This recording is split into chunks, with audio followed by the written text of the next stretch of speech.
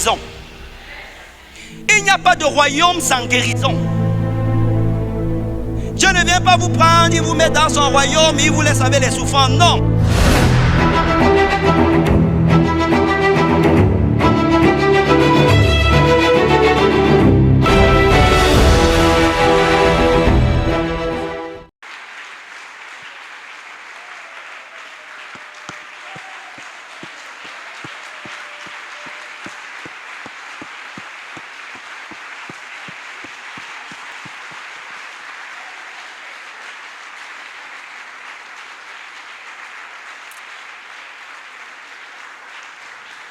Alléluia. Je voudrais, avant de dire n'importe quoi, bénir le Seigneur pour sa grâce et sa faveur et célébrer la vie de son serviteur, le pasteur Julio. Est-ce qu'on peut encore acclamer le Seigneur pour lui?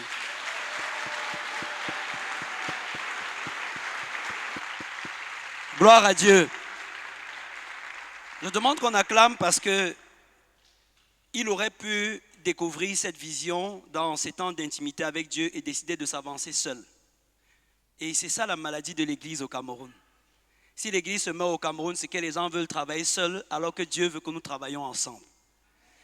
Et je loue l'humilité que le Seigneur lui a donnée de pouvoir nous associer à cette grande vision. Homme de Dieu, je suis heureux, que Dieu te bénisse abondamment.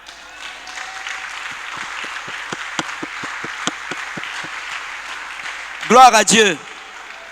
Ce serait juste une conférence de guérison, mais c'est un festival de guérison parce que parmi ceux que Dieu a joints à cette vision, il n'y a pas seulement moi qui est associé, il y a aussi toi qui es présent ici. Alléluia. Vous savez pourquoi je dis ça? Parce que c'est une saison particulière qui révèle la pensée de Dieu, non seulement de guérir son peuple, mais de susciter des personnes qui vont saisir le feu de la guérison pour entrer dans les quartiers, les marchés, les lycées et challenger la maladie, détruire les œuvres du diable en exposant la puissance de Dieu qui guérit. Alléluia. Si tu fais partie de ces gens, lève la main comme ça ce soir et commence à prier. Commence à prier et à dire à Dieu, Seigneur, celui que tu cherchais, tu l'as trouvé en moi. Seigneur, si tu as besoin de quelqu'un pour partir, le voici. Que cette soirée contribue à mon équipement. Que cette soirée contribue à ma visitation. Parle au Seigneur de tout ton cœur. Il y aura des temps de prière à la fin, mais Dieu va commencer déjà à visiter des gens maintenant. Il va commencer à équiper des personnes. Dis-lui, Seigneur, tu cherchais quelqu'un, tu l'as trouvé en moi. Je crois que tu l'as trouvé en moi. Je crois que tu l'as trouvé en moi. Je crois que tu l'as trouvé en moi. Continue à prier, continue à prier. Dis-lui, Seigneur, tu peux m'utiliser. Seigneur, tu peux m'utiliser. Me voici ce soir. Que ton onction me visite, Seigneur. Que ton onction me visite. Que ta puissance soit avec moi. Et Seigneur, ce soir, parle à mon cœur. Équipe-moi de ta puissance. Guéris-moi. Utilise-moi. Je vois des gens qui sont venus malades, qui vont partir d'ici guéris et partir avec le feu de la guérison chez eux. Oui, je te vois dans la salle. Pendant que la parole de Dieu sort ce soir, elle va t'équiper de puissance. Tu vas partir d'ici embrasé de feu. Et les malades de ta famille, les malades de ton quartier, les malades de cette ville et de ce pays entendront qu'il y a un Dieu qui guérit.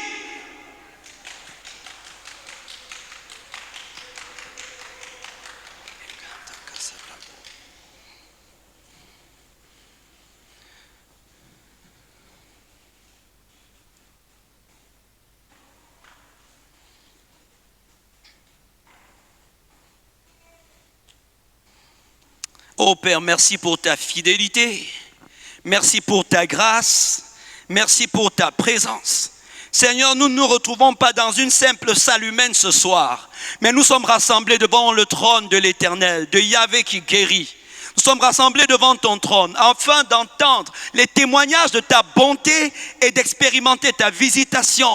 Tu as dit, parle et ne te tais point, parce que j'ai un peuple nombreux. Et je crois ce soir, Père, que non seulement tu guéris des personnes, mais encore tu commences à te rassembler une armée pour cette saison dans notre pays. Au nom puissant de Jésus. Merci pour ton onction. Merci pour ton activité dans la salle. Merci pour ton toucher. Merci pour ton feu qui est allumé. Merci pour ta puissance qui est libérée. Au nom puissant de Jésus. Amen. Est-ce que nous pouvons ensemble encore acclamer le Dieu Tout-Puissant?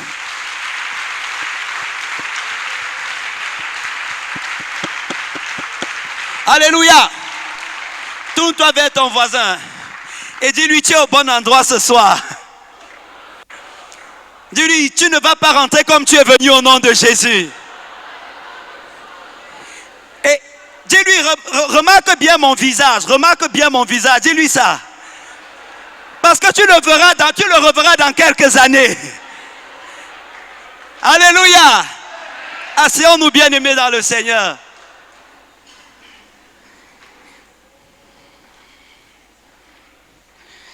Et le thème de notre enseignement ce soir, c'est l'Éternel qui guérit. Alléluia. C'est l'Éternel qui guérit. Et je voudrais nous inviter dès le départ à ouvrir nos Bibles dans Jean 4, verset 22. Jean 4, verset 22.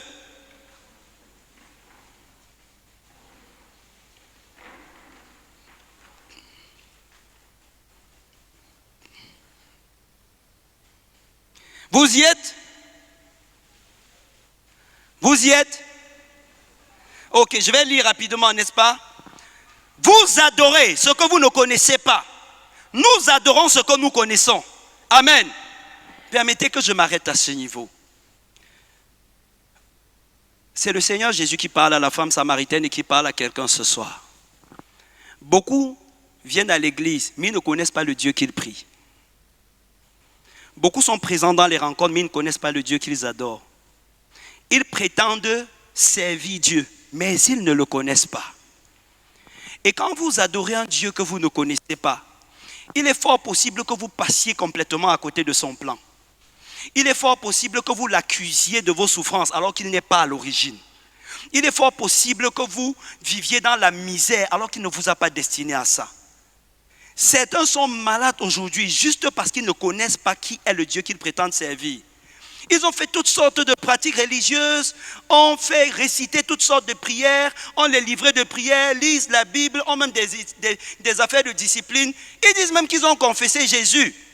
Mais est-ce que vous connaissez le Dieu que vous adorez? Le manque de révélation de la personne de Dieu est à l'origine du manque de foi. Il est à l'origine du péché. Il est à l'origine de la souffrance.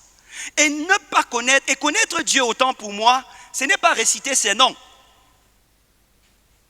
Régulièrement on récite les noms. Non, j'ai suivi dans les rencontres. Yo, non, tu es Elishama, le Dieu qui entend les prières. Tu es Yahvé Shalom, tu es Yahvé Nissi, tu es Yahvé Rapha, tu es Yahvé Jireh. Mais je vous assure, vous pouvez réciter tous les noms de Dieu sans expérimenter la profondeur de ces noms.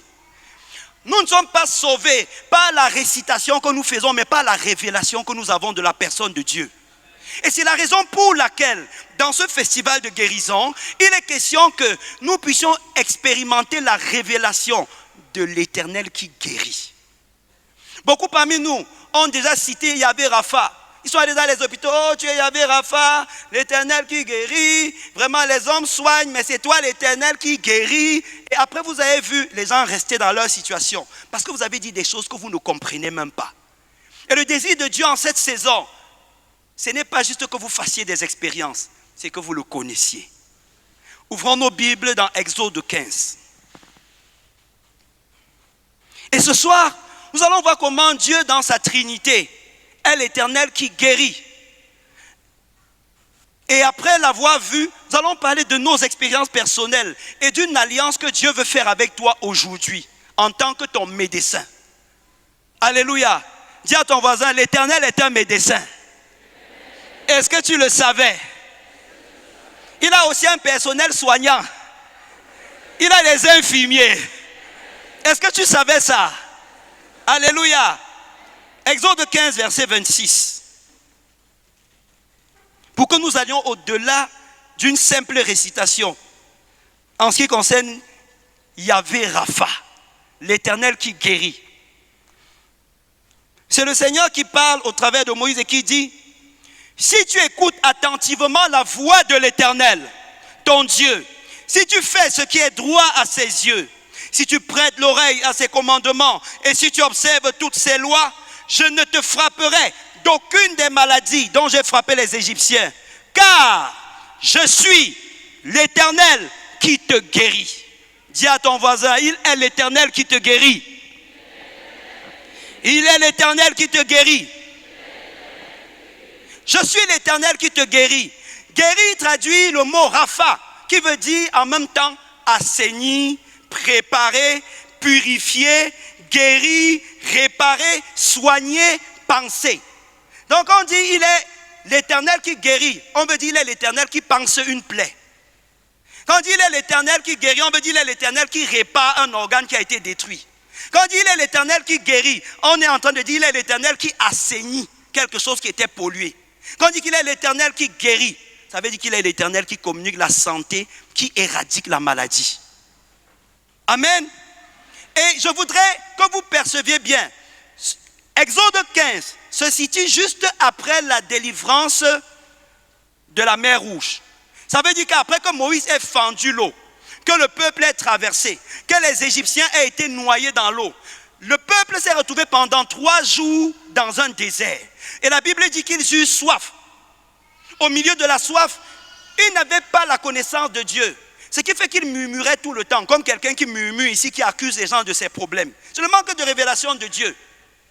Et donc, au milieu des murmures, des plaintes, ils ont trouvé de l'eau, enfin. Mais cette eau était souillée et communiquait la maladie. On dit qu'elle était amère et que quand on buvait, elle rendait malade.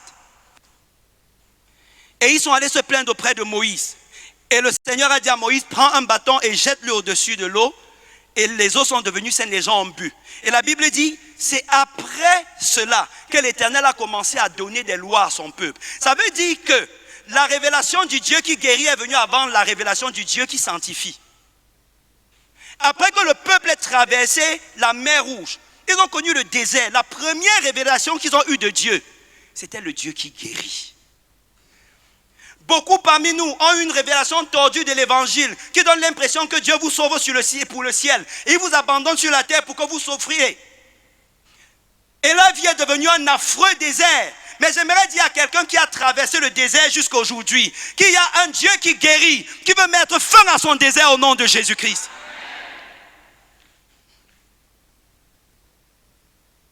Quand ils se sont plaints, Dieu n'a même pas jugé leur plainte. Il a d'abord assaini l'eau. Ils ont bu. Et maintenant, il leur a donné la loi. Dieu s'intéresse à ta santé. Dieu s'intéresse à ce que tu ressens. Il n'est pas quand même un père méchant. Quand le Seigneur Jésus a dit, quand vous priez, dites notre Père. Quand il parle d'un père, il n'y a que les pères irresponsables qui peuvent voir l'enfant chauffer toute la nuit et ils ne se lèvent même pas pour se renseigner sur l'état de santé de l'enfant. Mais si Dieu est véritablement un père, ça veut dire qu'il se soucie de nous mieux que nos pères terrestres. Le but de Dieu, ce n'est pas de vous libérer sur l'axe lourd de la vie pour que vous fassiez ce que vous voulez et que les méchants vous écrasent comme les gros porteurs. Non, Dieu se soucie de votre présence sur la terre autant qu'il se soucie de votre futur dans le ciel. Il est un père. Quand vous avez les maux de tête, moi j'ai vu comment est-ce quand mon fils à la maison, il chauffe même un peu, je commence à réfléchir. Rapidement, je prends les dispositions. Je prie et je me dis, s'il y a quelque chose à lui donner, je réfléchis à la même minute. Et si méchants comme nous sommes, nous savons donner de bonnes choses à nos enfants. À plus forte raison, votre Père qui est dans les cieux veillera sur votre santé.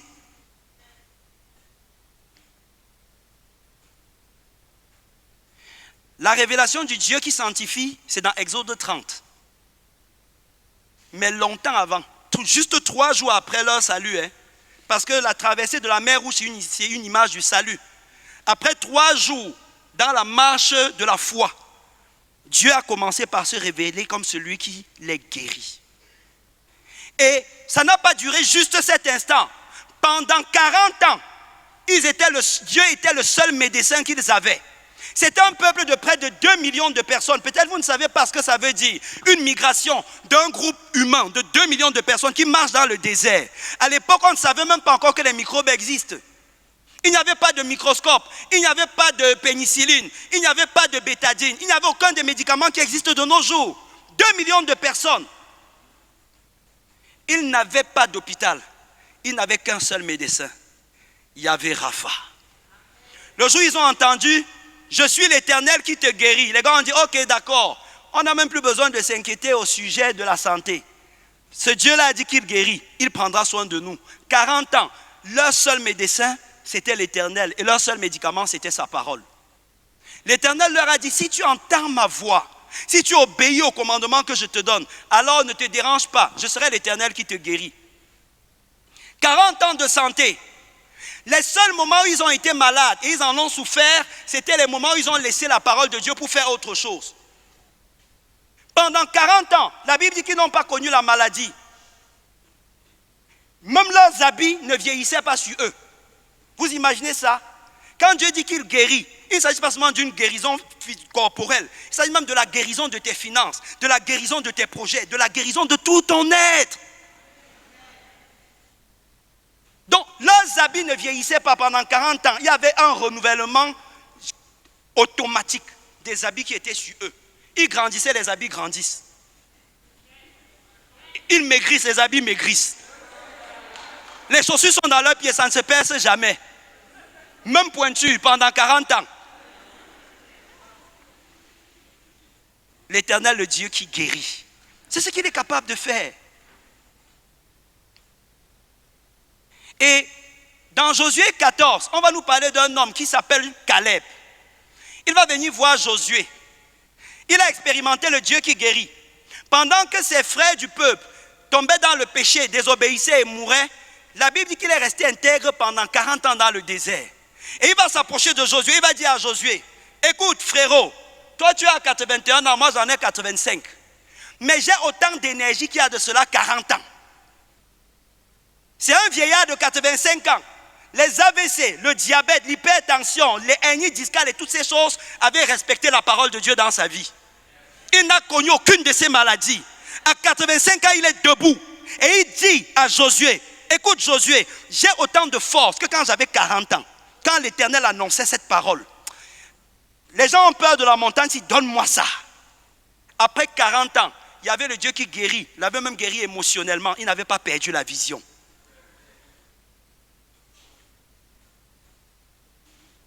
Beaucoup de lois que le Seigneur a données dans la parole ont fourvoyé les gens pendant des siècles.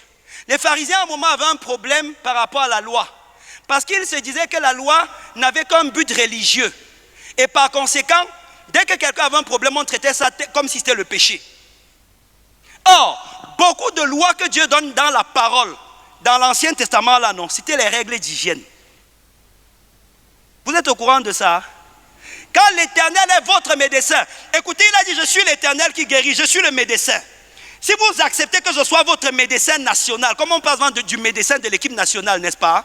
Si vous acceptez que je sois votre médecin national, j'ai aussi ma politique de santé dans mon royaume. Tant que vous obéissez à ce que je vais vous dire, vous allez connaître la santé. Et il a commencé à dire, plein de lois n'ont rien à voir avec le péché de manière directe ou avec les démons. Qui comprend ce que je suis en train de dire? Quand le Seigneur donne des lois, il dit que la personne qui est lépreuse doit être écartée du camp. Ce n'était pas à cause du fait que le péché de la personne va t'attraper. C'est parce que Dieu savait qu'avec 2 millions de personnes, si on laisse un lépreux dans le camp, il va contaminer tout le monde et on va mourir. La plaie de lèpre va toucher tout le monde. Relisez bien le Lévitique. Et vous allez voir, si vous appliquez ça même aujourd'hui, si vous appliquez le Lévitique là même aujourd'hui, vous allez connaître la santé. Quand on arrivait dans les maisons, Dieu avait donné les lois. Personne ne connaissait que les microbes existent. Mais Dieu avait expliqué comment on traite la moisissure sur un mur. Ça fait que quand il y a la moisissure, tu sais comment traiter. Et si ça persiste, tu quittes.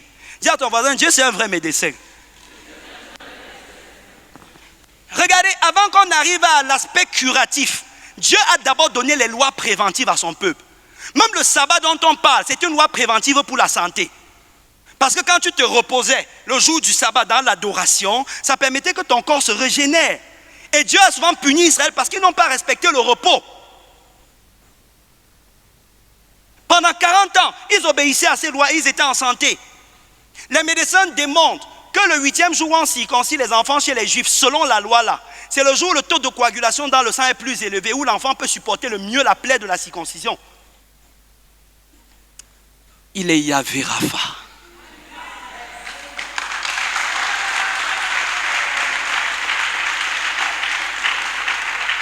Alléluia. Donc dès le début, je vais dire à quelqu'un qui me méprisait de s'arrêter et de laisser que Dieu guide et dirige sa vie, que tu te fais beaucoup de mal parce que tu es en train de laisser le vrai médecin pour aller vers des médecins qui n'ont pas la même connaissance que lui. Tu es en train de laisser le spécialiste et des spécialistes pour aller vers des personnes qui sont dans l'à peu près et qui découvrent souvent les noms des maladies sans découvrir les remèdes.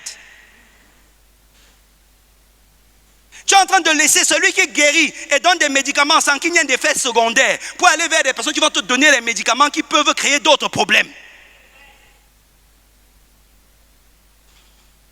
De toutes les guérisons que Dieu a vues, notre Dieu, Yahvé Rapha, opéré dans la Bible, je n'ai vu aucun effet secondaire sur ces traitements. Je peux donc affirmer que Dieu peut me soigner sans que je ne redoute ce qui va se passer avec ces médicaments.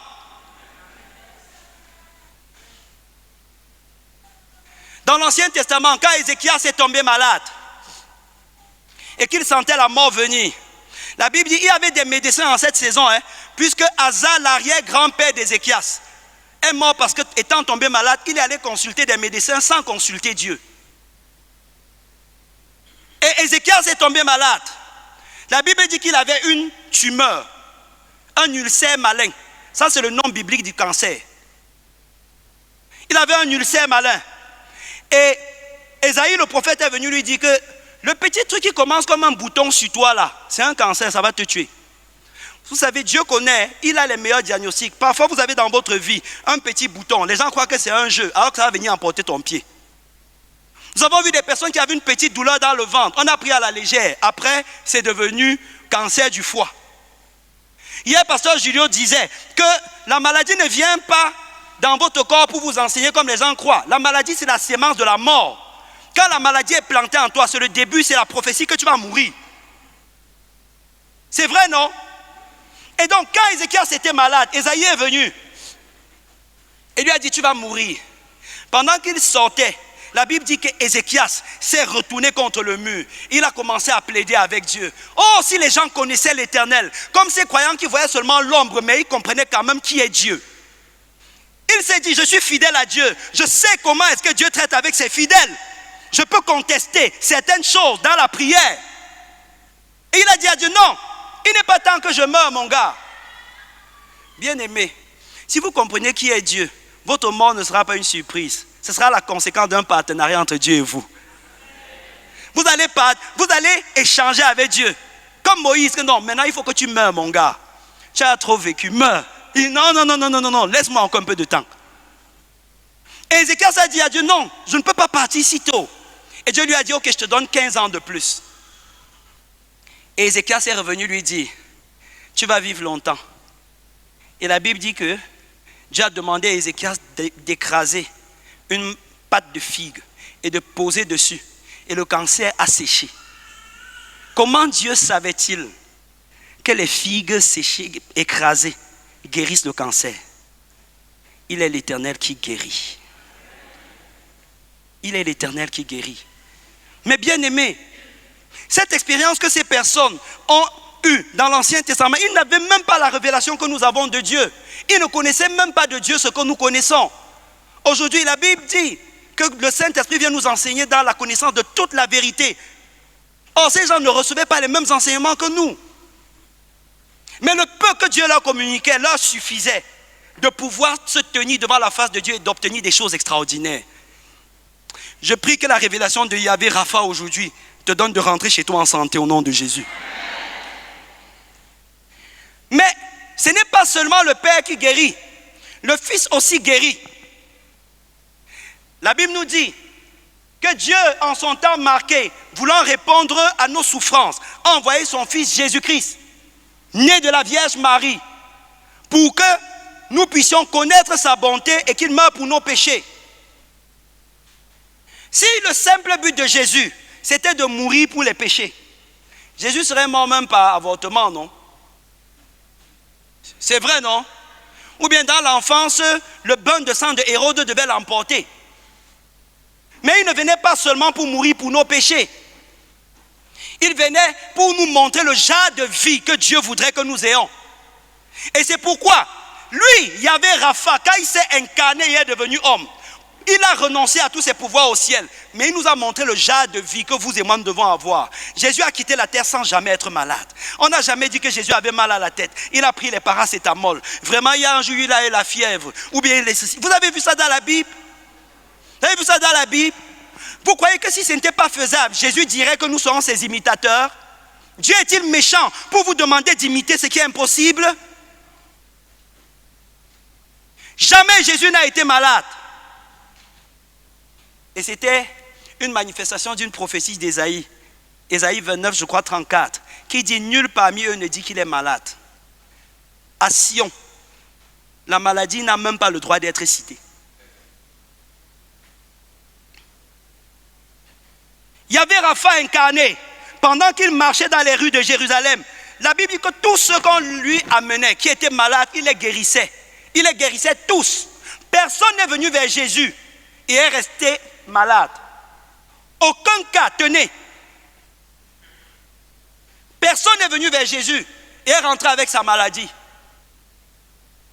Les paralytiques, les hydropiques, les épileptiques, la fièvre, les gens qui avaient les fièvres et toutes ces choses, Jésus leur imposait les mains et les guérissait. Il chassait les esprits en eux et ils étaient guéris. Une femme est venue avec la hernie discale dont elle souffrait depuis 18 ans. Et Jésus lui a imposé les mains, a chassé l'esprit qui était en elle. Et la Bible dit qu'elle s'est redressée comme quelqu'un qui va se redresser ce soir. Personne n'est venu vers Jésus et rentré malade. Et la Bible nous dit que c'était les signes du royaume de Dieu. Quand Jean-Baptiste, dans la prison, a commencé à douter, il a envoyé des gens rencontrer Jésus dans Matthieu 11 pour lui demander: es-tu vraiment le Fils de Dieu qui devait venir, ou bien devons-nous en attendre un autre? Jésus lui a pas expliqué que non, allez dire à Jean-Baptiste que je fais le catéchisme tous les 10h, 14h. Hein? Il n'a pas donné les horaires de catéchisme. Il n'a pas non plus expliqué qu'il ne ment pas, il ne cherche pas les femmes. Il n'a expliqué rien de ces choses. Il a dit: allez lui dire, les malades guérissent, les paralytiques marchent, les aveugles voient, les sourds entendent. Et la bonne nouvelle est prêchée. Et la bonne nouvelle est prêchée. La bonne nouvelle qui est prêchée sans être accompagnée de ces choses, c'est de la séduction. Vous ne pouvez pas. Regardez ce que Jésus faisait. Jésus était en train d'expliquer à Jean-Baptiste que Jean-Baptiste, tu es un prophète. C'est toi qui venais préparer la route. Quand nous on t'a envoyé, nous on t'a dit que quoi? Et non, quand tu vas arriver, tu vas guérir. Mais j'ai guéri. Là où il y a le royaume de Dieu, il y a la guérison. Il n'y a pas de royaume sans guérison. Dieu ne vient pas vous prendre, il vous met dans son royaume et il vous laisse avec les souffrants. Non. Le Cameroun a une politique de santé. La France a une politique de santé. Les États-Unis ont une politique de santé. Et le ciel a sa politique de santé.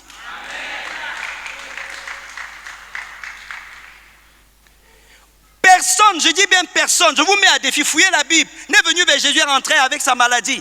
Pourquoi toi tu dois venir à Jésus rentrer avec la tienne?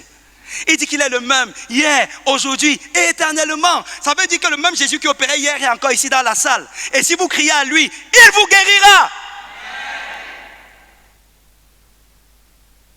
Il a guéri Bartimée. Il a ressuscité la fille de Jairus.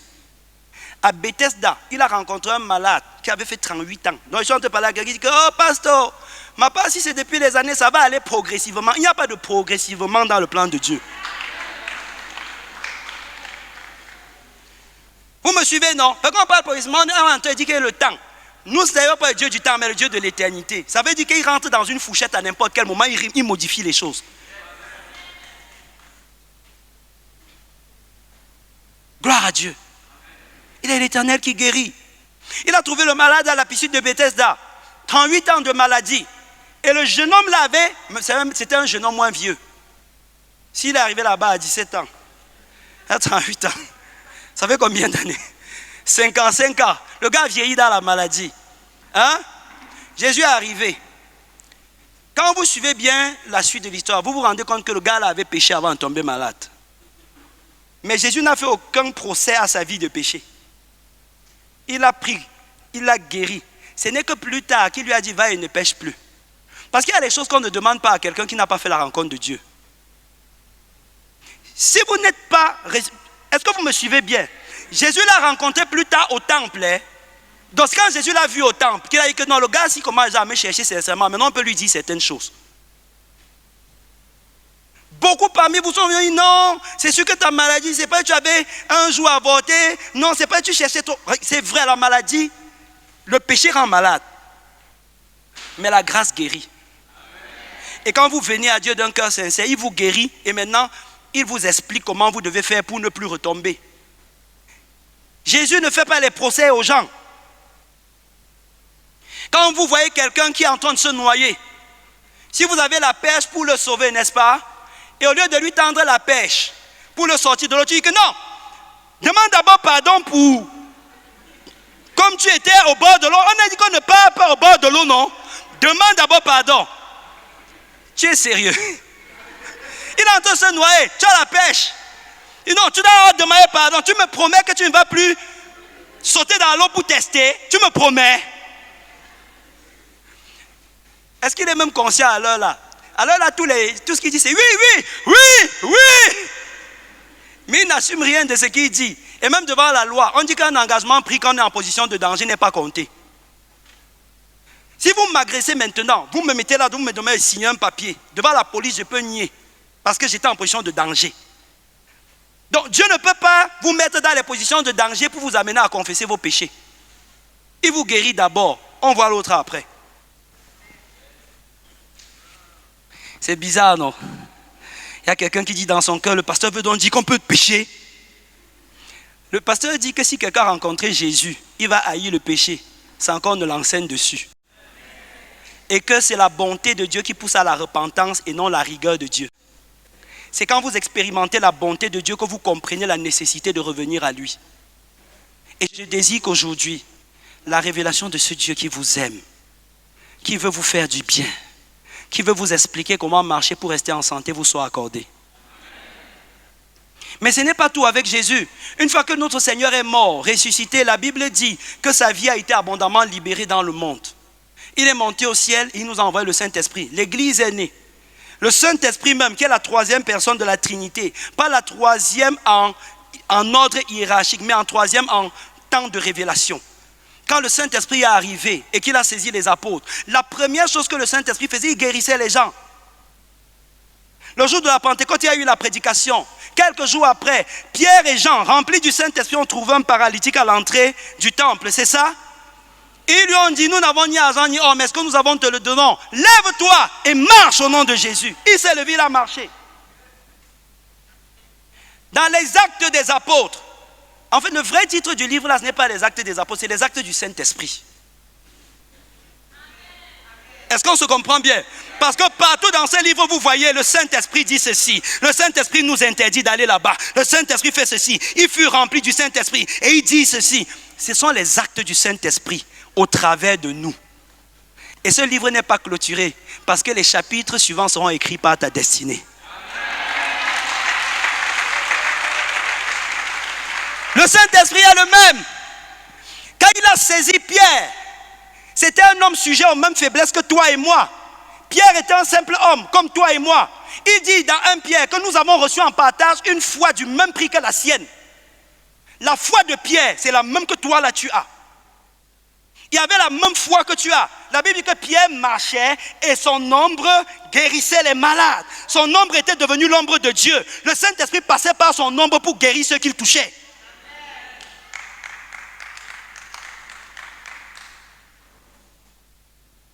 Les apôtres, partout où ils allaient, ils expérimentaient les guérisons extraordinaires. À cause de Yahvé Rapha. Des grands hommes politiques se sont convertis Pas parce qu'on leur a dit que la franc-maçonnerie n'est pas bien, mais seulement parce qu'ils ont expérimenté la guérison. On dit que Paul est arrivé dans une île, à l'île de Malte. Il a rencontré Publius, qui était le gouverneur de l'île, qui était malade. Paul n'a pas pris le temps de lui expliquer certaines choses. Il a chassé la fièvre typhoïde. Dis à ton voisin que la typhoïde peut guérir de la prière. Il a chassé la fièvre typhoïde dont il souffrait. Et à l'instant, quand Publius a été guéri, il a suivi le message de Paul. Mais bien aimé, un miracle fera pour vous ce que 15 ans de prédication n'ont pas fait dans la vie de quelqu'un. Et même Jésus l'a dit. Il a dit qu'il y en a qui ne croient que parce qu'ils voient des miracles. Ça n'a pas commencé avec toi, ça a commencé depuis là. Alléluia. Donc avec le Saint-Esprit, l'Église est née dans la guérison. Dans le livre du pasteur Julio, je crois que vous allez avoir des exemplaires, il y a les livres qu'on a apportés. Quand vous suivez les enseignements, après, achetez les livres et nous avons décidé de réduire les prix. Parce que notre but, ce n'est pas de vendre les livres, c'est de vous apporter la connaissance qui vous édifie. Est-ce qu'on se comprend bien? Et nous avons baissé les prix de ces livres-là à 2 000 francs pour vous permettre à n'importe qui, même un étudiant, d'avoir un. Tu peux jeûner et prendre le fruit de ton jeûne, là, tu achètes un livre, ça va te bénir.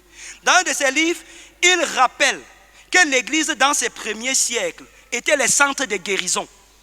Les hôpitaux ont connu l'essor plus tard.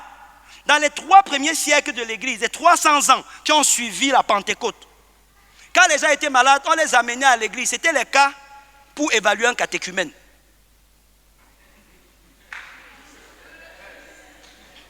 Donc quand les gens faisaient la catéchèse, à la fin, parce qu'on les baptisait même avant de faire la catéchèse, pourquoi on convient que non, ton baptême a été sérieux, on amène un malade, on le place, montre-nous que tu as cru en Jésus.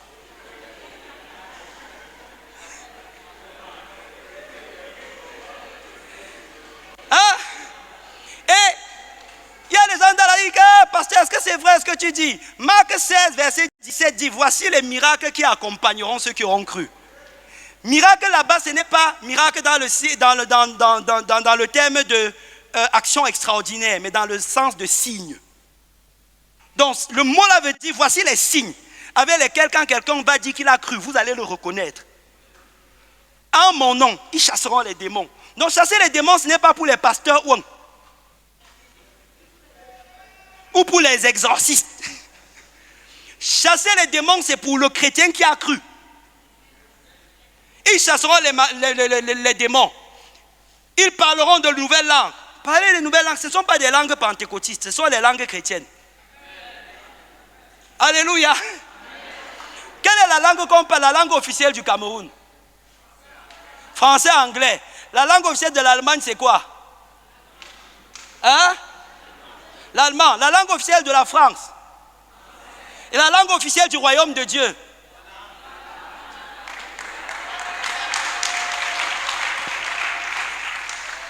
Le royaume de Dieu a son roi, a sa monnaie, a sa langue, a sa loi. Ils parleront de nouvelles langues. Après, non, ils boivent même un breuvage mortel. On ne dit pas qu'ils partent tester. Mais si pendant qu'ils sont en train de vivre, ils boivent, cela ne leur fera point de mal. Nous sommes allés avec les pasteurs Julio à évangéliser à Bangou. Nous sommes arrivés là-bas. Un jour, on avait soif. On avait énormément soif. Et ce matin, on avait enseigné sur l'autorité du chrétien. Et il n'y avait pas d'eau à boire. La seule eau qu'on avait, c'était un bidon d'eau qu'on avait puisé à la rivière. Et c'était bien rouge. Et les gens étaient là, ils mangeaient et ils étouffaient. Et quelqu'un est venu nous voir et a dit que pasteur, c'est vous qui avez enseigné sur l'autorité du chrétien. Qu'est-ce qu'on fait? Et nous avons seulement pris l'eau et on a dit, Seigneur, nous n'avons que ça à boire. On n'a pas le choix ici. On ne va pas mourir de soif. Merci parce que tu as saigné les eaux. Et on a rendu grâce et on a bu les premiers. Et quand on a bu, les autres ont bu. On a fini la campagne, personne n'était malade. On est rentré chez nous. On est rentré chez nous. Régulièrement, nous sommes sur le terrain d'évangélisation. Vous ne pouvez même pas imaginer les conditions bizarres dans lesquelles on vit souvent. Et pourtant Dieu, Yahvé Rapha veille sur nous. Il n'est pas faux. Ils prendront des breuvages mortels. L'eau a été mortelle. Et ça ne nous a pas fait de mal. Ils saisiront les serpents. Et dernière chose, on dit, ils imposeront les mains aux malades. Et qu'est-ce qui va se passer? Les malades vont les contaminer. Qu'est-ce qui va se passer? Les malades seront guéris. Je vois une main qui va saisir la grâce de la guérison et qui va commencer à s'imposer pour que les gens guérissent au nom de Jésus. Mais bien aimés, c'est l'alliance dans laquelle vous et moi nous sommes. Nous pouvons toute une journée vous raconter les expériences de guérison que nous avons eues. Pas parce que nous sommes des hommes de Dieu, mais seulement parce que nous sommes des chrétiens qui avons décidé de mettre notre foi, non dans ce que nous voyons, mais dans ce que la Bible déclare. Dans ce que la Bible déclare. Demain, quand Pasteur Julio sera en train d'enseigner, il va vous sortir même 4, 5, 6 témoignages, des choses récentes qu'il a expérimentées. Une fois, nous étions à une nuit de prière. À l'époque, j'étais encore pasteur en communauté. Et on a une nuit de prière pendant laquelle le Saint-Esprit a visité une femme. Elle avait des kystes. J'ai dit à quelqu'un qui a des kystes dans la salle que c'est la bonne nouvelle pour toi. Je sens que ça te concerne cette histoire. Et elle est rentrée chez elle. Elle a juste senti, comme le pasteur disait hier, que l'essentiel, ce n'est pas ce que vous ressentez. Elle n'a pas ressenti quelque chose de spécial. Cette nuit-là, dis à ton voisin, cette nuit-là. Cette nuit-là, pendant qu'elle était en train de dormir, dans le songe, elle a vu comment est-ce qu'un monsieur entrait dans sa chambre en blanc, ouvrait ses entrailles et arrachait quelque chose. Et quand il a arraché ça, il lui a dit, je suis le médecin qui opère sans laisser les cicatrices.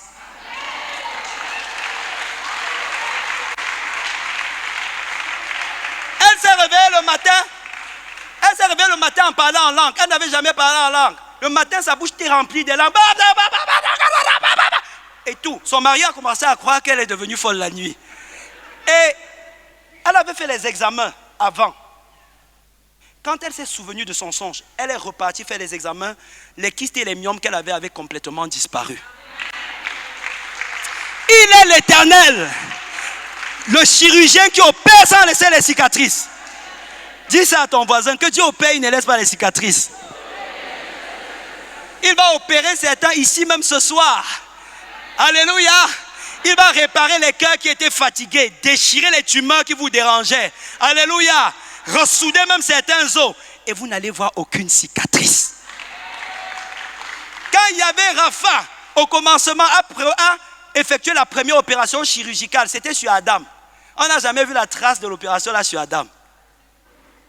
Pourtant, il y avait eu opération, extraction d'un organe, greffe de l'organe chez l'autre. Vous voyez tout ce que Dieu fait. Un homme de Dieu nous disait, dans un songe, Dieu lui a ouvert le ciel et il lui a monté les estomacs, les poumons, les foies, les pancréas dans des magasins remplis au ciel. Il a dit, mais qu'est-ce que ça veut dire, Seigneur? Il a dit que mais, ce sont les organes de remplacement de beaucoup parmi vous sur la terre. Il manque seulement la foi pour prendre ça.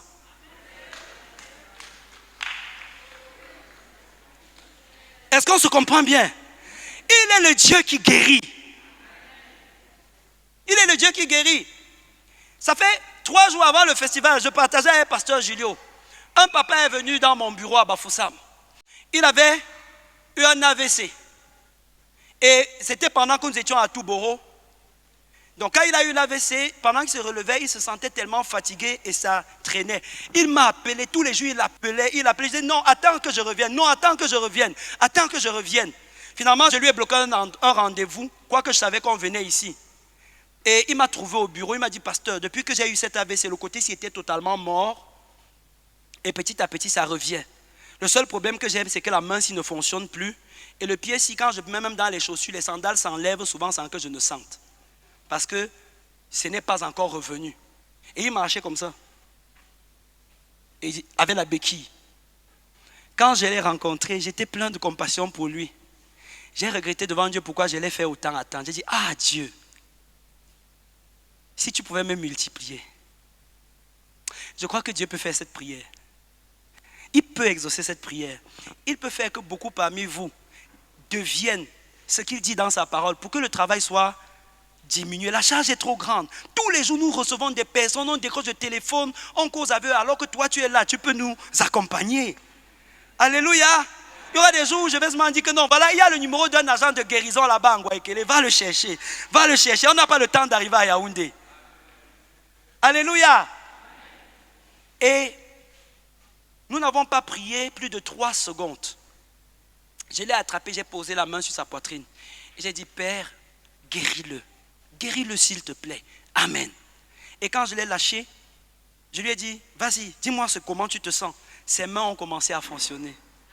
Le pied est revenu droit. Et les malaises avaient disparu.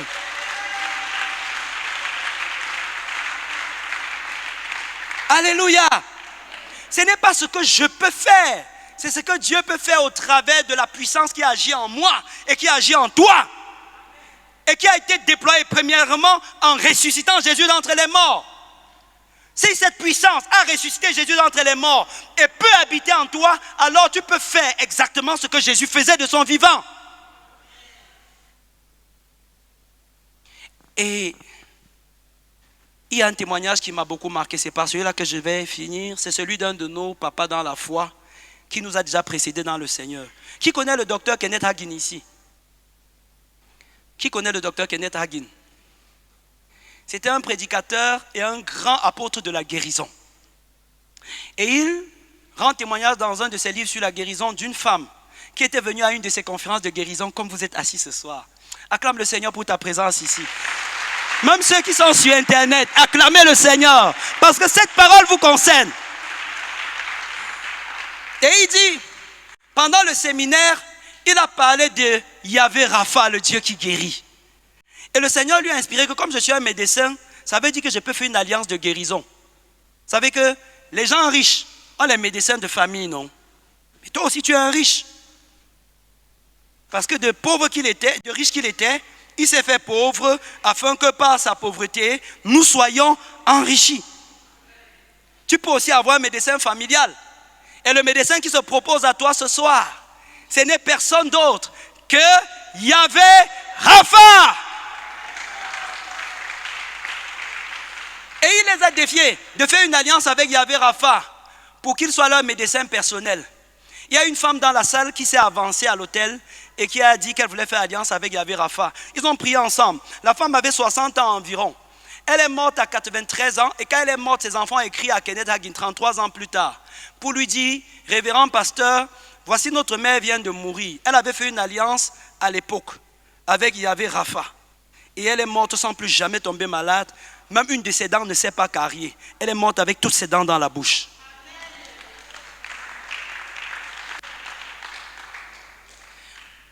Si vous faites alliance avec Yahvé Rapha, il sera votre médecin personnel.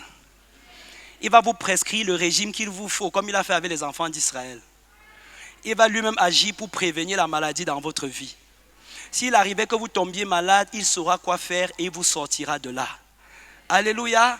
Je veux défier quelqu'un ce soir à faire cette alliance-là avec Jésus. Et à faire de Jésus le médecin, son médecin personnel. Celui qui s'occupe de sa santé.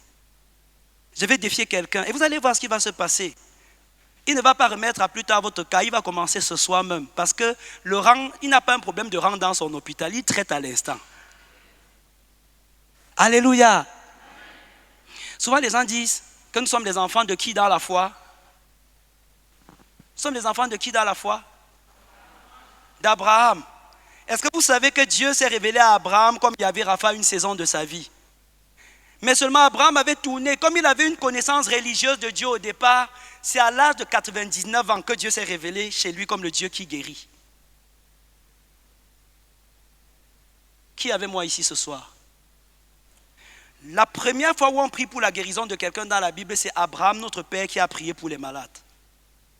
Longtemps avant les Élie, les Élisée et le Nouveau Testament, Abraham a prié pour la guérison de Abimelech. Et la Bible dit que et Dieu guérit Abimelech. Vous saviez ça? La première fois il y a la mention de guérison dans la Bible, c'est Abraham. C'est Abraham qui est le premier à prier. Qu'est-ce qui s'est passé? On dit que Abimelech avait convoité Sarah, la femme d'Abraham. Et Abraham, dans la peur, a caché que c'est sa femme. Il a préféré dire la demi-vérité selon laquelle Sarah était sa sœur, parce qu'elle était sa demi-sœur. Et au moment où Abimelech voulait coucher avec Sarah, il a constaté qu'il ne fonctionnait plus. Parce que les hémorroïdes l'avaient frappé et l'avaient rendu impuissant. Quand il a commencé à se demander, mais qu'est-ce qui m'arrive? Dieu lui a parlé, lui a dit, tu as pris la femme d'un prophète. Je vais vous dire quelque chose. De temps en temps, les gens jouent à l'église. Et vous savez pourquoi? Parce qu'on a tellement eu les faux serviteurs de Dieu qu'on ne connaît plus qui sont les vrais. Et ça fait que chacun a le permis de parler d'un serviteur de Dieu comme il veut. Moi, je ne suis pas des gens qui effraient les autres. Mais je vous dis que souvent, il y a des problèmes qui viennent dans votre vie. Parce qu'un jour, vous avez calomnié un pasteur. Donc, quand vous voyez on est en train de mal parler d'un pasteur, pardon, passez votre chemin comme le taxi plein. Ça ne vous concerne pas. Ne participez pas au péché d'autrui. Abimelech a pris la femme d'un prophète. Il n'avait même pas encore couché avec elle. Il était encore en train de chercher la route. La Bible dit que Dieu a frappé Abimelech et ses épouses.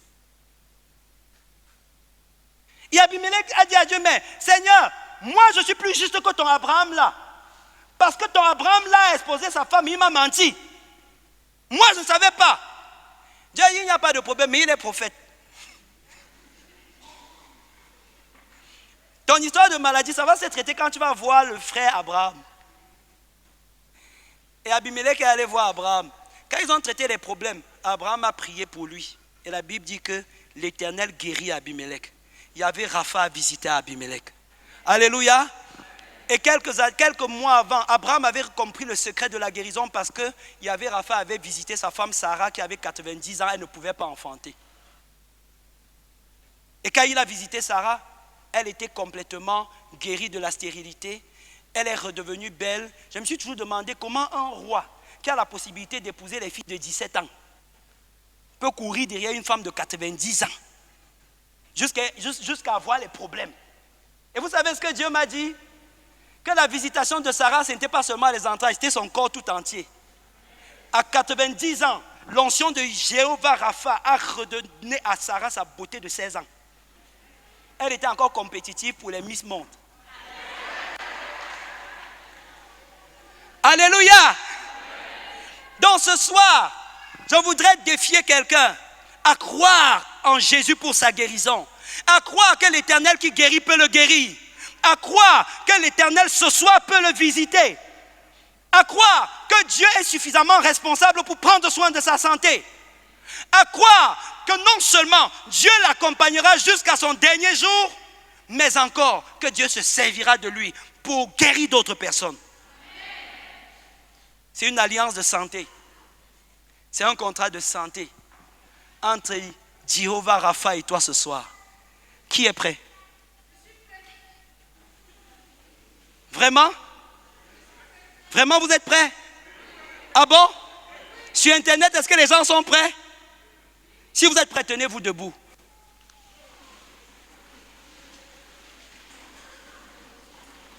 Et commencez à parler au Dieu qui guérit. Commencez par reconnaître que les guérisons que j'ai citées sont vraies. C'est là le commencement. Oui, Seigneur, je crois que tu guéris. Tu as guéri Abimelech des hémorroïdes. Tu as guéri Sarah de la stérilité. Tu lui as redonné sa beauté. Tu as veillé sur la santé de Caleb et de Josué. Tu leur as donné de vivre jusqu'à 85 ans sans maladie. Tu as permis à Moïse d'avoir 120 ans sans tomber malade. Tu es celui qui a guéri Naaman. Tu es celui qui a guéri Ézéchias. Tu es celui qui a ressuscité un mort par les eaux d'Élysée. C'est bien toi, Yahvé Rapha, c'est bien toi qui l'as fait. Ce ne sont pas des histoires, c'est la vérité. Tu es celui qui a redonné de nouveaux yeux à Bartimée. Tu es celui qui a libéré la femme qui était pliée par un esprit depuis 18 ans. Tu es celui qui a relevé le paralytique à la belle porte. Tu es celui qui a ressuscité Eutychus. Tu es celui qui a redonné des pieds à Aîné le paralytique. Tu es celui qui suit. Tu es celui qui est ici ce soir et qui me donne de nouveaux organes.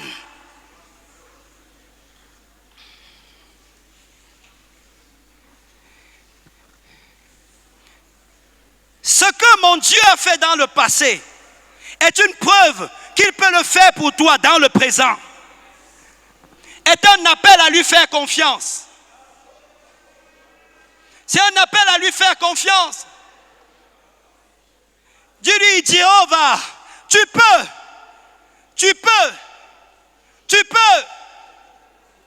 Je ne veux pas seulement réciter Yahvé Rapha, le Dieu qui guérit. Je veux faire de toi mon médecin. Je veux faire de toi mon médecin.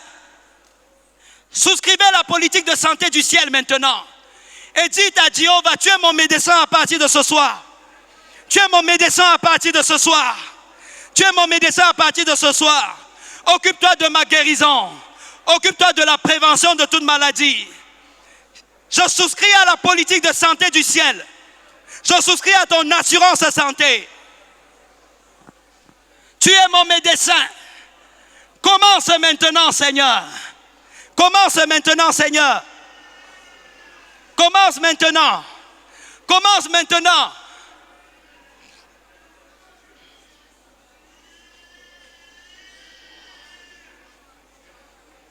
Toutes les puissances, toutes les autorités qui t'avaient rendu captif par la maladie sont liées en ce moment depuis les lieux célestes.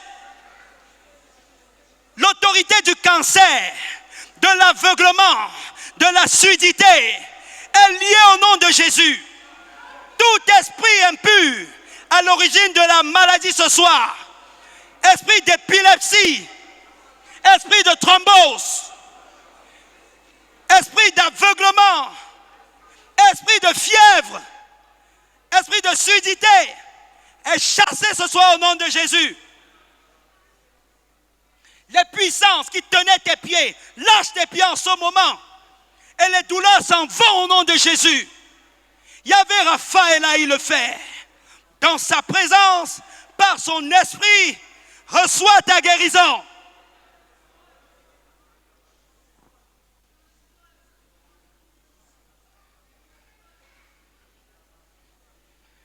Les tumeurs sèches. Les tumeurs sèches. Toi qui avais une boule dans le ventre, au nom de Jésus, la puissance de Dieu descend sur toi et tu reçois ta guérison. Reçois.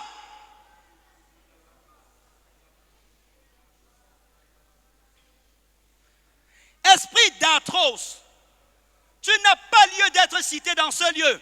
Dégage.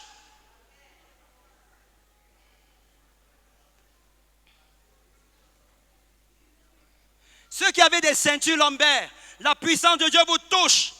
Recevez la guérison et commencez à marcher sans ces ceintures, sous l'effet de la puissance de Dieu.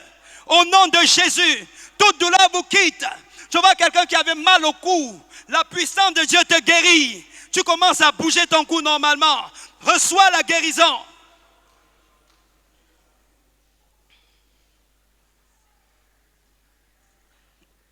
Il y a une femme qui est ici pour sa fille qui est stérile. La puissance de Dieu te visite pour ta fille. Maintenant, au nom de Jésus, reçois la guérison. Reçois la guérison. Reçois la guérison. Qu'elle soit rendue féconde. Qu'elle soit rendue féconde. Et que la puissance de Dieu touche toutes les femmes qui sont dans cette salle et qui avaient un problème de conception. Recevez la guérison. Recevez la guérison. Recevez la guérison.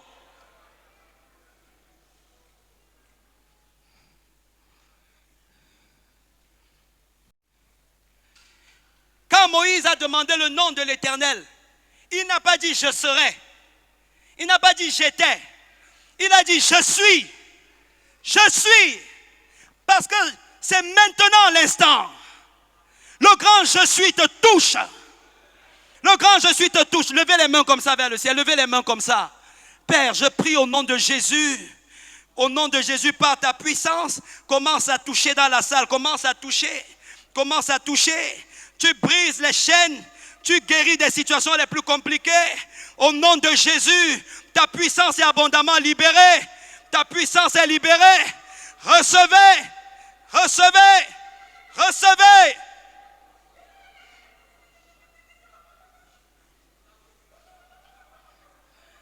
La puissance de Dieu est là. Elle te touche en ce moment. Reçois-la. Reçois.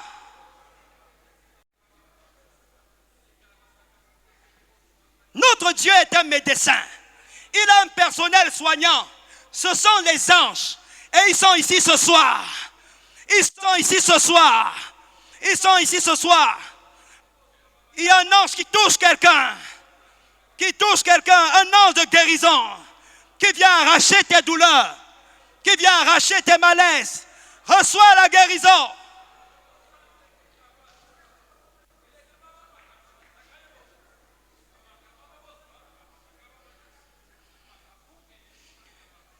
Les anges sont nos compagnons de service. Ils vont te visiter. Mais Dieu va aussi te donner la puissance pour opérer. Il y en a qui vont sentir leurs mains chauffées. Qui vont sentir leurs mains chauffées. D'autres, les mains vont vibrer. Sous l'effet de l'onction de guérison. Maintenant. Le feu de Dieu vient sur ta main. Reçois.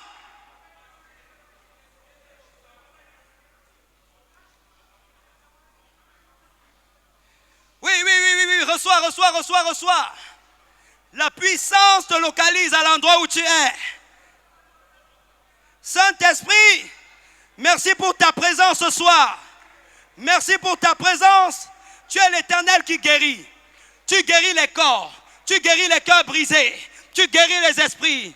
Au nom de Jésus, tu le fais maintenant.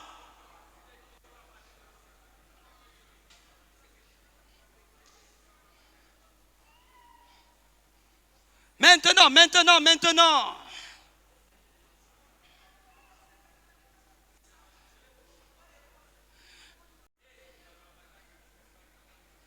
Il y a une jeune fille qui, ces jours, a été troublée, déchirée par une histoire avec son camarade étudiant et qui a ardemment mal au cœur. La Bible dit qu'il est l'Éternel qui guérit ceux qui ont les cœurs brisés. Maintenant, au nom de Jésus, il guérit ton cœur, jeune fille. Il guérit ton cœur, jeune fille. Il te délivre de cette douleur. Il te délivre de cette douleur. Recevez la guérison.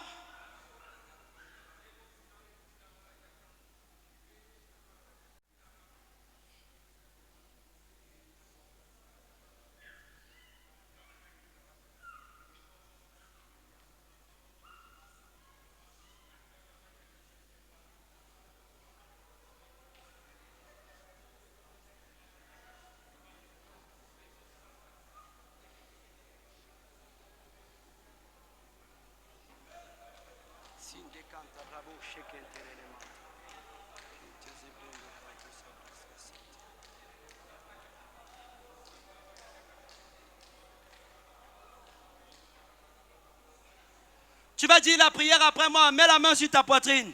Tu vas dire la prière après moi. Tu vas dire, Père, tu es le Dieu qui guérit. Je sais que tu es là. Parce que ton nom est invoqué ici. Et tu veux me faire du bien. Ce soir, visite-moi par ta puissance. Guéris-moi de tout mal. Même ceux que j'ignore encore. Et sois désormais mon médecin. Je te fais confiance pour ma santé. Fais de moi un agent de guérison. Par ton esprit. Attendez-vous au Seigneur. Attendez-vous au Seigneur. Attendez-vous au Seigneur. Restez silencieux et attendez. L'Esprit de Dieu est là. Il est là. Il est là.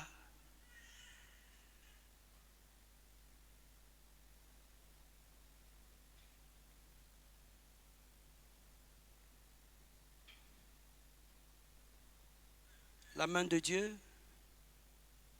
est en train d'extirper les choses qui perturbaient quelqu'un. Il est en train d'extirper.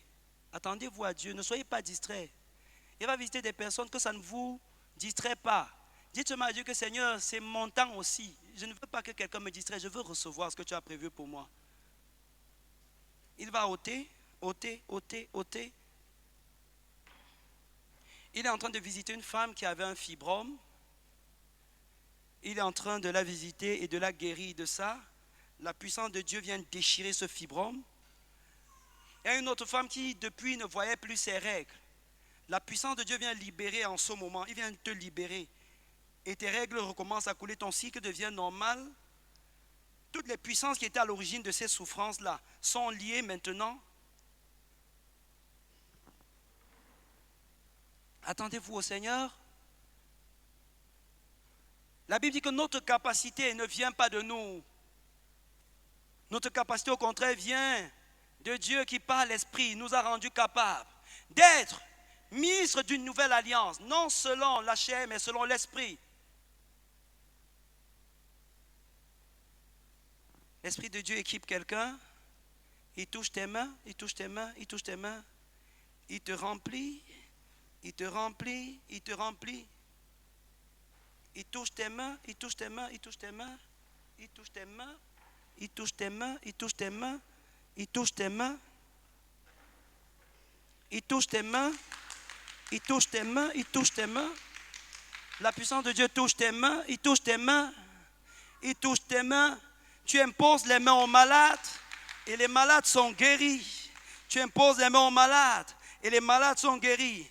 Que l'onction de guérison, la puissance de Yahvé Rapha, vienne sur tes mains maintenant. Vienne sur tes mains. Reçois, reçois, reçois, reçois, reçois. Reçois, reçois. Reçois, reçois, reçois, reçois. Reçois. Au nom de Jésus. Oh! Jésus dit, je suis venu jeter un feu sur la terre. Qu'il me tarde que ce feu soit allumé. Père, allume ton feu en ce moment. Embrase tes serviteurs. Rends-les capables de ce que tu as promis dans ta parole. Au nom de Jésus, au nom de Jésus, recevez.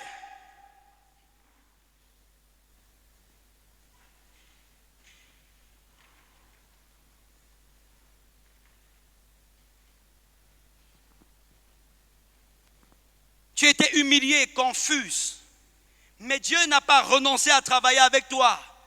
Et ce soir, il me charge de te dire qu'il t'a pardonné la folie que tu as faite. Il t'a pardonné cette infamie. Et il veut t'utiliser.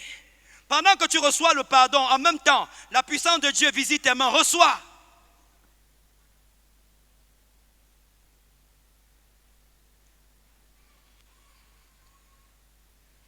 La seule condition ce soir, pour être visité, c'est d'avoir soif que Dieu vous utilise. Parce qu'il abreuve ceux qui ont soif. Que ceux qui ont soif se préparent et qu'ils reçoivent. Que ceux qui ont soif se préparent et qu'ils reçoivent. Qu'ils se préparent et qu'ils reçoivent. Il a dit des fleuves, des fleuves, des fleuves jailliront, jailliront, écouleront. La Bible dit qu'au bord du fleuve de l'Éden, il y a des arbres de vie. Dans l'Apocalypse, la Bible dit que ces arbres de vie servent à la guérison des nations. Et cet arbre de vie, la Bible dit que nous sommes des arbres plantés dans la maison de l'Éternel. Ça veut dire que ce texte de l'Apocalypse parle de toi et de ce que tu seras. Au commencement, il est le Dieu qui guérit. Et jusqu'à la fin, il est l'Éternel qui guérit. Oh, je prie qu'il fasse de toi un arbre de guérison pour cette saison. Qu'il fasse de toi un arbre de guérison pour cette saison. Qu'à compter de maintenant, des paroles de guérison entrent dans ta bouche. La Bible dit qu'un messager de bonne nouvelle est un bon remède. Qu'il en soit ainsi au nom de Jésus. Qu'il en soit ainsi. La parole de l'Éternel qui guérit entre dans ta bouche comme un feu sur tes lèvres. Reçois.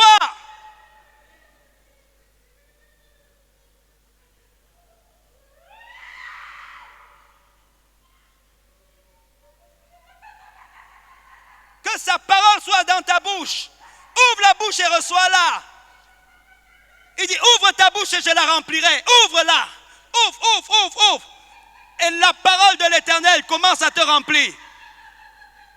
Un messager de bonne nouvelle est un agent de guérison. Cette parole s'accomplit pour toi. Père, que tout messager de guérison ce soir soit saisi par ta puissance.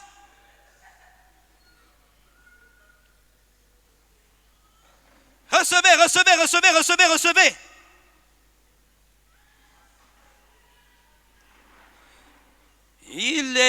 là, Jésus est là.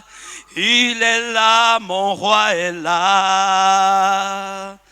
Il est là, Jésus est là. Il est là, mon roi est là. Il est là. En ce soir. Oh oui, oui, il est là. Oh oui, oui, il est là. Il est là pour te guérir. Il est là, il est là. Il est là pour te sauver,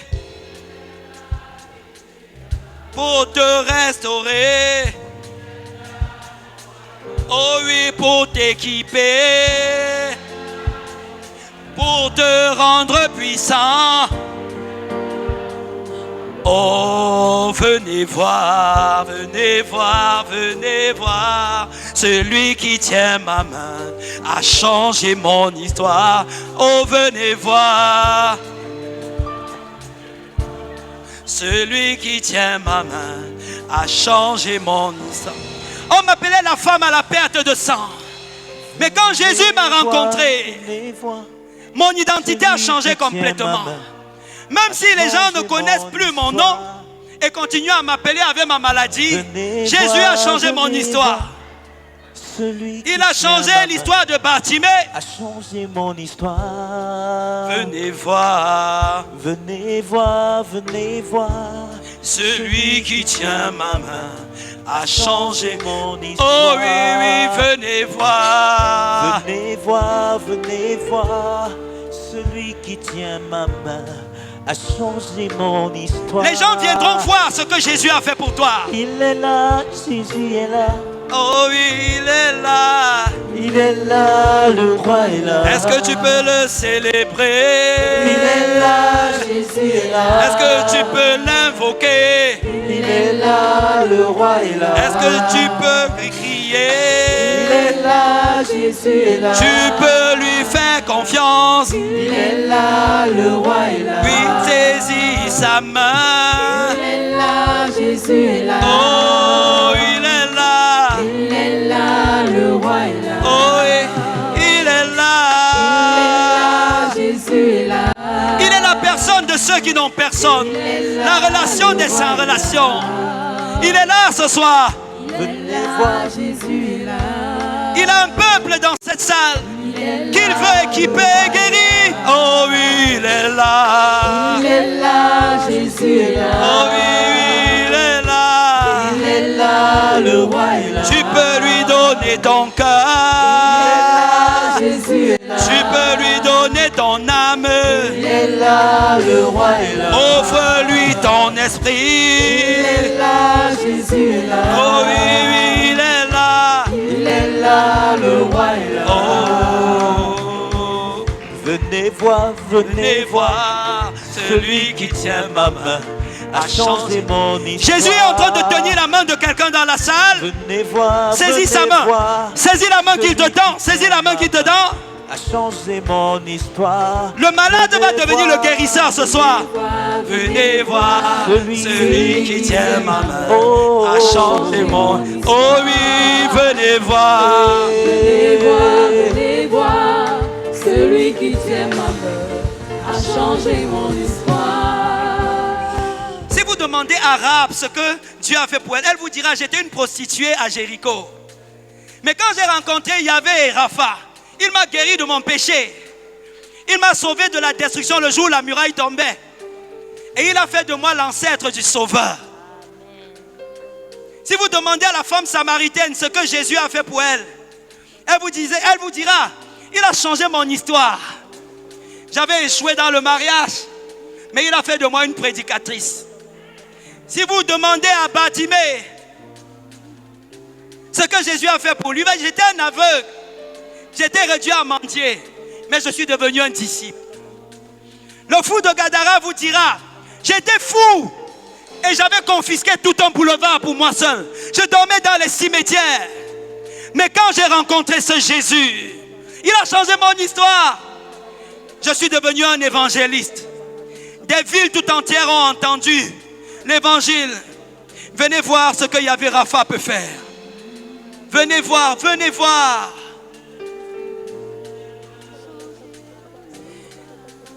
Lève ta main et dis-lui, Seigneur, change mon histoire ce soir. Change complètement mon histoire. Comme tu as fait pour les témoins de la paix de la parole, pour les apôtres et pour les prophètes. Donne-moi une histoire à raconter. Donne-moi un témoignage à raconter, Seigneur. Ce soir, donne-moi un témoignage. Donne-moi un témoignage, Seigneur. Donne-moi un témoignage. Il y a eu l'histoire de Bartimée, mais la tienne peut être plus belle encore ce soir. La tienne peut être belle, plus belle. Et on dira dans les actes du Saint-Esprit, il y a à la paix eu un séminaire de guérison. Et une femme nommée ceci ou un homme nommé cela était venu avec un cancer dans le ventre. Et pendant qu'on prêchait, la parole de l'Éternel entra en elle. Et ce cancer disparut complètement. Elle se leva de la douleur et elle était guérie. Laisse l'Esprit changer ton histoire.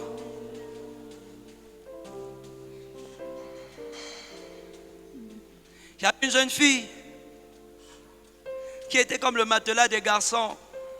Pendant des années, elle allait à l'église à l'APU. Et elle était en proie à toutes sortes de déceptions. Elle s'est retrouvée malade à cause de la mauvaise vie qu'elle menait. Mais Jésus l'a guérie pendant le festival de guérison. Et elle a commencé à raconter au quartier ce que Jésus avait fait pour elle. C'est ce qu'il est en train de faire pour une jeune fille dans la salle. C'est ce qu'il est en train de faire. Dis-lui merci pour ton témoignage. Pendant que tu es en train de dire merci, les douleurs vont partir complètement. Et tu commences à faire les choses que tu n'arrivais pas à faire. Qu'un papa confesse comme Caleb. À 85 ans, Seigneur, je serai plus jeune qu'à 40 ans. Ah, Père, merci pour ton esprit abondamment répandu dans la salle. Merci pour ta puissance qui est déployée. Les cœurs qui sont guéris, les corps qui sont guéris, les destinées qui sont changées, les personnes qui sont propulsées dans leur appel. Merci ce soir, Saint-Esprit.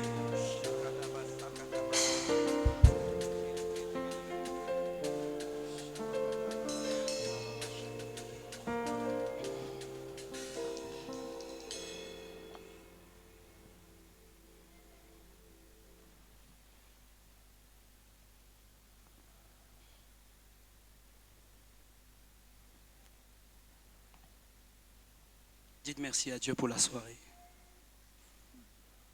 Dites-lui merci pour sa révélation.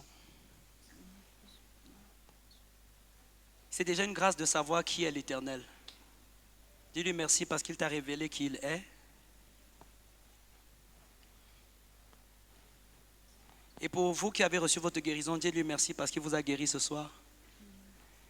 Dites merci à Dieu parce qu'il n'a même pas exigé 5 francs pour que tu souscrives son assurance santé ce soir. Il a tissé une alliance avec toi sur la base de rien et de sa grâce seulement. Dis-lui, Seigneur, je suis content de rentrer en sachant que mon médecin habite en moi et que le Saint-Esprit désormais scanne mon corps. Si un microbe fait son entrée, il y aura un signalement partout dans mon corps. Danger. Dis merci à Dieu pour la puissance aussi qui est entrée dans tes mains, qui est entrée dans ton corps, pour la puissance que tu as reçue. Dis-lui merci.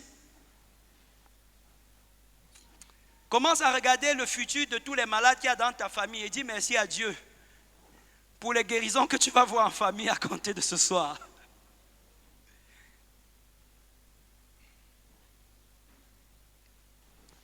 Elohim, Elohim, tu as changé mon histoire. Le Dieu qui guérit, le Dieu qui restaure. Tu as changé mon histoire. Et aujourd'hui et à jamais, je proclamerai le Christ. Aujourd'hui et à jamais, je proclamerai le roi. Merci Saint-Esprit. Amen. Est-ce qu'on peut acclamer le Seigneur? Asseyons-nous. Gloire à Dieu. Qui est content d'être ici ce soir? Est-ce que tu as même le choix? Est-ce que tu peux goûter à ce que tu es en train de goûter là, tu es fâché? Dis à ton voisin, je suis content. L'Éternel m'a fait du bien. Acclamez le Seigneur encore.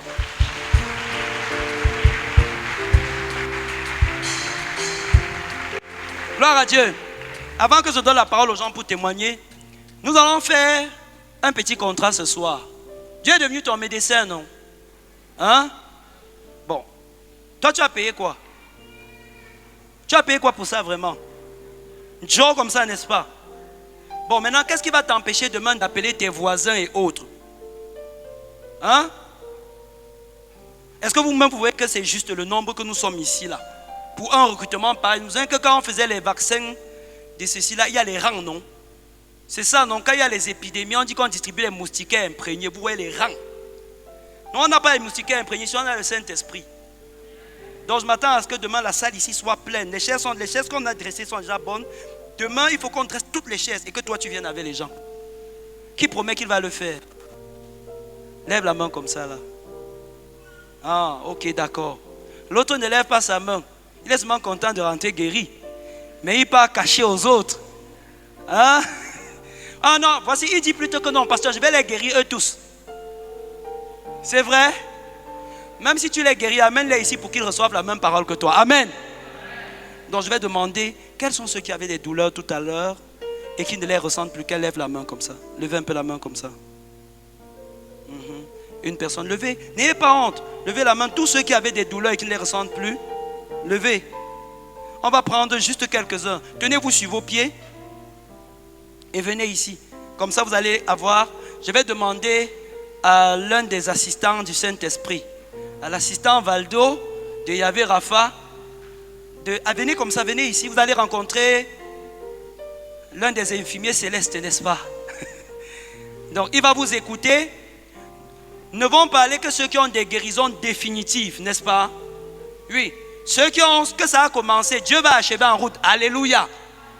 Oui, mais ceux qu'on veut suivre maintenant, c'est ceux dont la guérison est totale. Est-ce que c'est bien compris? Voilà. Donc, allez-y rapidement. Est-ce que aussi l'assistant du Saint-Esprit, Archange, peut aller aider? Oui, vas-y s'il te plaît. Pour qu'on puisse aller rapidement. Il a changé mon histoire. Venez voir, celui qui tient ma main a changé mon histoire. Venez voir. Il y a des gens là.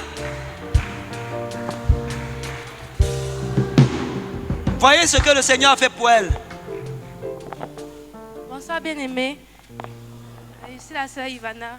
Je suis venue aujourd'hui, j'avais mal au ventre. En fait, depuis le week-end, et bon, je ne veux pas dire le week-end, mais depuis des années quand même, quand je mange, à un moment, mon ventre ballonne. Parle dans le micro, s'il te plaît, voilà. Quand je mange, en fait, mon ventre ballonne et j'ai du mal à digérer. J'ai dit ça à mon respo. Il m'a dit que, en fait, ça, c'est une maladie des personnes de moins plus de 50 ans. Il ne comprenait pas pourquoi moi j'ai ça. Et en fait, en priant, j'ai été guérie. Mais pas seulement guérie, mais quand l'homme de Dieu a dit, il y a une sœur qui a commis une infamie et qui pensait que Dieu ne pouvait plus l'utiliser, Dieu va l'utiliser. Mon âme a été remplie de tristesse parce que ce message était pour moi. Ce message était pour moi. Quand je suis née de nouveau, c'est vous qui avez prêché. Et ce jour-là, j'ai reçu directement le Saint-Esprit. Mes mains avaient chauffé. Oui, et depuis, je n'avais plus eu ça. Et aujourd'hui, j'ai été touchée par le Saint-Esprit. J'ai reçu quelque chose. Oui, c'est ça en fait. Alléluia. Est-ce qu'on peut acclamer le Seigneur? Acclame le Seigneur, le Dieu qui restaure. Le Dieu qui pardonne nos iniquités. Le Dieu qui restaure nos dons et qui nous guérit physiquement. Alléluia.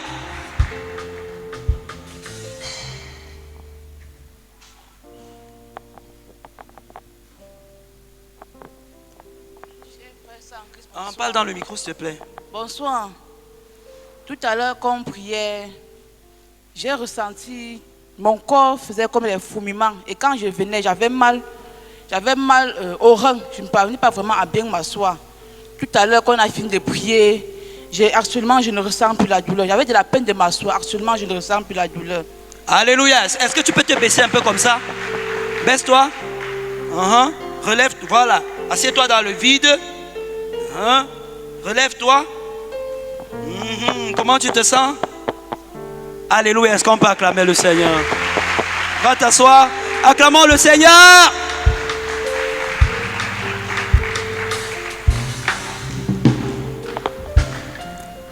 Bonsoir.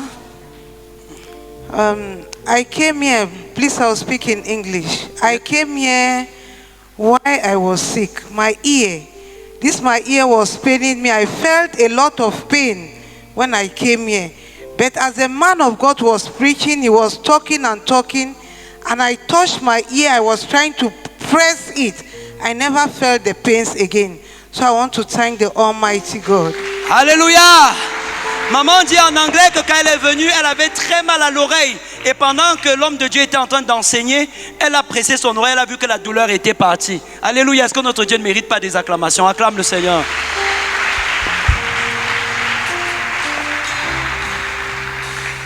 Bonsoir bien-aimés.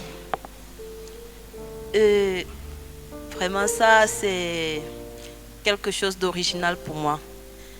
Depuis juin dernier, alors que j'avais fait une typhoïde, après on m'a demandé de prendre un repos, je n'ai pas pris. Enfin, je travaille quand même assez. J'avais mal dans les épaules. Enfin, j'étais constamment dans la douleur.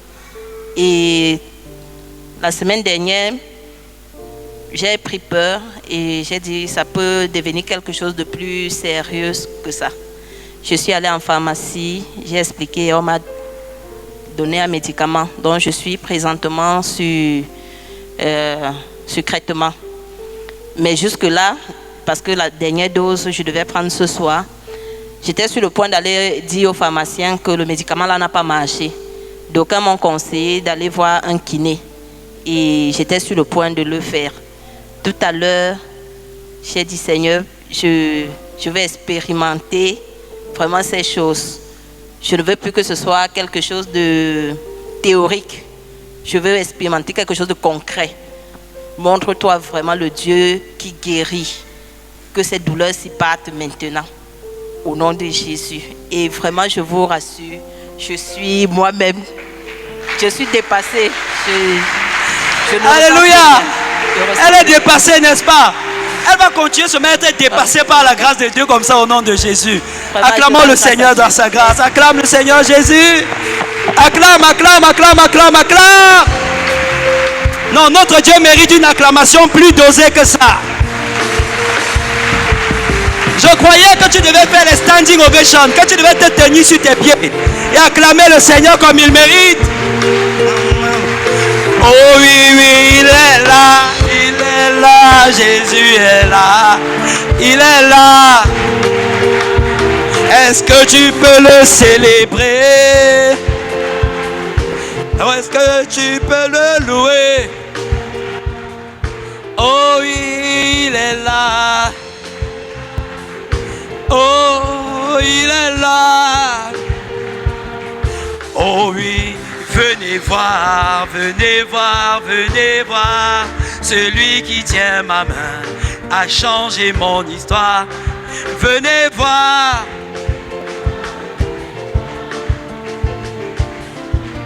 A changé. Venez voir.